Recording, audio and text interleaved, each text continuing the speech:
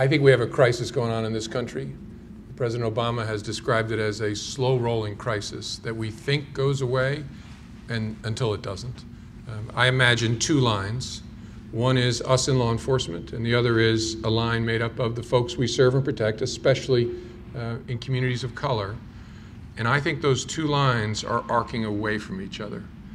I'm here because I think Cleveland is a place of great pain that is, in a way, illustrative of that crisis, of those bending arcs.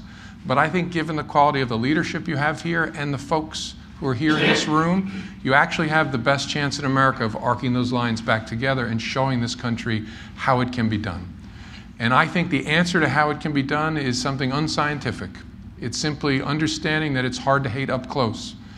And we have to see each other more clearly. Because we in law enforcement have to own our history, right? That we have long in this country been part enforcers of the status quo, and a status quo that was really rough on minority communities, right? Second, we all got to understand that every single one of us carries latent biases. Every single one of us, no matter how good your heart, there are parts of you that react differently to someone who looks different than you do. That is an inescapable part of the human experience, but that biology is not destiny, right? It's what you do next that matters, and understanding that we have those biases is critical to being good people and good enforcers. Third, I said, we also got to stare at the fact something happens to those of us who do this work. We see so much pain and crime and badness all day long that it can warp our view of life.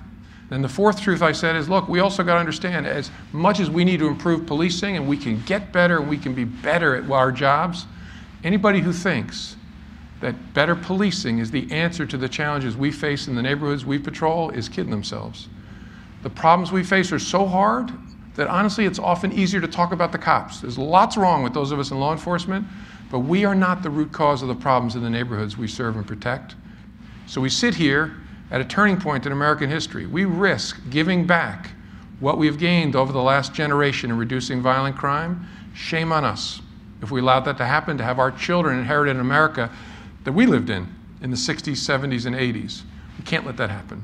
And an answer to fighting that and retaining what we've worked so hard for is arcing those lines back together, and that is human beings talking to each other about how we can solve the problems that divide us.